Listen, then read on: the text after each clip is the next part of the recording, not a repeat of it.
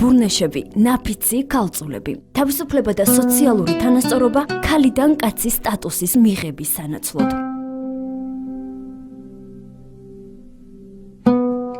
გოგოები, რომლებიც ბურნეშას ფიცს წარმოთქვამენ, იღებენ მამაკაცის სახელს და ატარებენ მამრობითი სქესის ტანსაცმელს. მათ არ აქვთ უფლება გათხოვდნენ და ყავდეთ შვილები. მათ ავტომატურად ეძლევათ უფლება მიიღონ მემკვიდრეობით ოჯახის ქონება და შეისწავლონ სხვადასხვა პროფესიები. ბურნეშას სტატუსის მქონეები თავისუფლად ეწევიან თავშეყრის ადგილებში და კაცებთან ერთად მიირთმევენ სპირტიან სასმელებს. ეს ყველაფერი ქალად ყოფნის დროს მათთვის მიუწვდომელი იყო.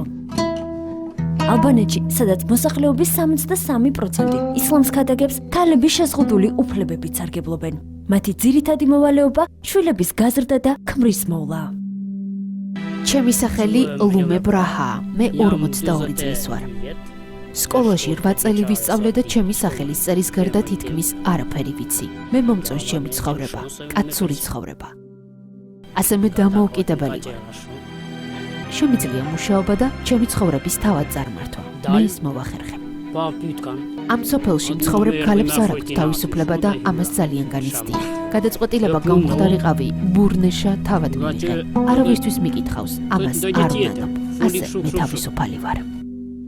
პატრიარქალურ ალბანეთში მსგავსი ტრადიცია შესაძლოა საერთოდ არ გაჩენილიყო, თუ არა ერთი გარემოება, ომები და სიკვდილით დასჯა, რომელმაც მნიშვნელოვნად შეამცირა მამაკაცების რაოდენობა ქვეყანაში.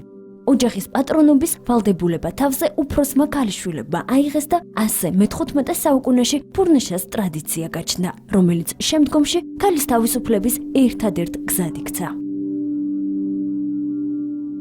2009 წელს ალბანეთი ნატოს წევრი ქვეყანა გახდა. ქალთა უფლებების დაცვის მხრივ ქვეყანაში პროგრესი შეიმჩნევა. ბურნეშების ასაკი საშუალოზე მაღალია, რაც იმის მაჩვენებელია, რომ თავისუფლების სანაცვლოდ ქალებს მამაკაცის სტატუსის მიღება ნაკლებად სჭირდებათ.